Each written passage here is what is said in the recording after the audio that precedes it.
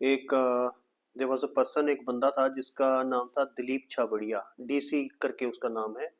और वो जो कार्स, गाड़ियां जो होती हैं उनकी वो एक्सेसरीज वगैरह का काम वो करते हैं। और वर्ल्ड का बहुत बड़े वो ब्रांड बन गए हुए हैं, ठीक है।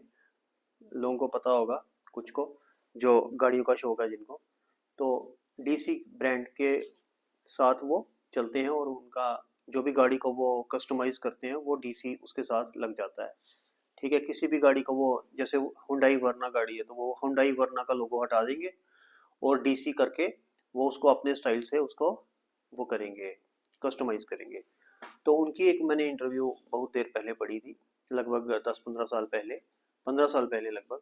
तो उन्होंने कहा था कि मैं बिजनेस में सक्सेसफुल कैसे हुआ, क्योंकि जब मेरे पास मैंने बिजनेस स्टार्ट किया था तो मेरे पास और कोई ऑप्शन नहीं था, there was no other option available to me.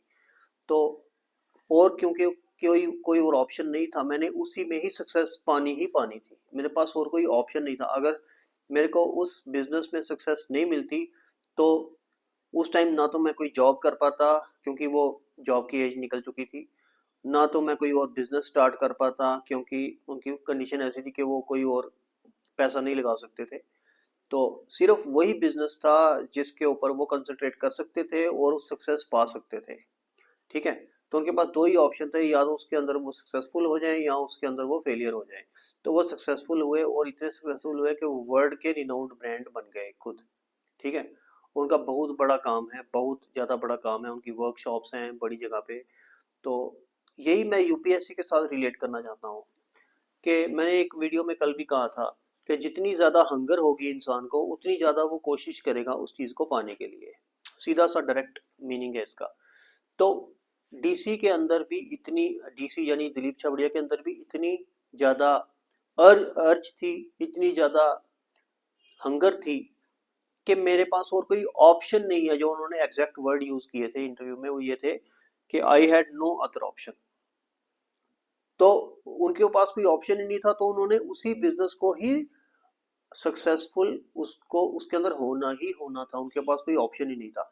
तो अगर आप सिविल सर्विसेज की तैयारी कर रहे हो, यूपीएससी की तैयारी कर रहे हो, तो आपके पास अगर ऐसी सिचुएशन है कि आपके पास और कोई ऑप्शन ही नहीं है इसके अलावा, ठीक है, तो ही आप सक्सेसफुल होगे। मेरी बात आप याद रखना, ये बात तो ही आप होगे। अगर आपके पास कोई ऑप्शन है, फॉर एग्जांपल अगर आप सोचते हो यूपीएससी नहीं हुआ तो कोई बात नहीं, जेकेएस कर लेंगे, जेकेएस नहीं हुआ तो कोई बात नहीं है, या अगर आप जेकेएस की तैयारी कर रहे हो तो फिर आपके पास ये ऑप्शन, अगर आप सोच के चल रहे हो कि नहीं हुआ तो कोई बात नहीं, तहसीलदार बन जाएंगे, या तहसीलदार, नायब तहसीलदार का एग्जाम क्लियर कर लेंगे।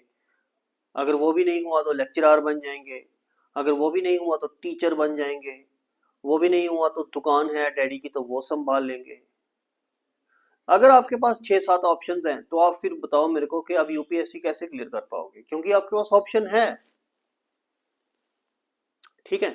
तो कुछ लोगों के पास ऑप्शन होता भी है लेकिन उनका एक ही एम होता है कि मैंने यूपीएससी बनना है, मेरे को बाकी चीजें करनी ही नहीं है, करनी ही नहीं है।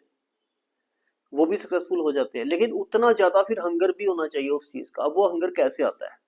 सपोज करो किसी के घर में कोई यूपीएससी ने, किसी ने क्लियर किया, वो डीसी बन गया, उसको वो रोज देखता है कि उसका लाइफस्टाइल क्या है, उसको लोग कैसे बुलाते हैं, वो कैसे गाड़ी से रोज उतरता है, कैसे जाता है गाड़ी पे, कैसे उसको लोग उससे मिलने के लिए आते हैं। जब वो किसी फंक्शन पे जाता है तो लोग उसको कैसे रिसीव करते हैं, हार डालते हैं उसको, ठीक है। तो अगर आपने ऐसा कोई आपका रोल मॉडल है तो आपके अंदर वो थ्रस्ट जागेगी, वो हंगर जागेगी कि मैं भी ये एग्जाम क्लियर करूं। अगर नहीं है, ठीक है, फिर मुश्किल है जागना, क्योंकि फिर आपको लगेगा कि यार पैसा ही कमाना है, फिर मैं जेकेएस बन के भी कमा लूंगा, फिर मैं दुकान चला के भी कमा लूंगा, लोन ले लूंगा बैंक से, दुकान का काम और बढ़ाऊंगा, फिर मैं तहसीलदार बन के भी, पटवारी बन के भी कमा लूंगा। जब आपके मन में ये बात आ गई ना, आप तैयारी कर ही नहीं पाओगे, तो फिर आप करनी भी नहीं चाहिए, क्योंकि वो हाफ हार्टेड अप्रोच होती है। और हाफ हार्टेड अप्रोच से अगर आपने तैयारी की तो आप कभी सक्सेसफुल नहीं होने वाले हो, क्योंकि यहाँ पे फुल हार्ट से प्रिपरेशन करनी पड़ती है, तभी बंदा जो है वो सक्सेसफुल हो पाता है, राइट। इस बात को ध्यान से सोचना।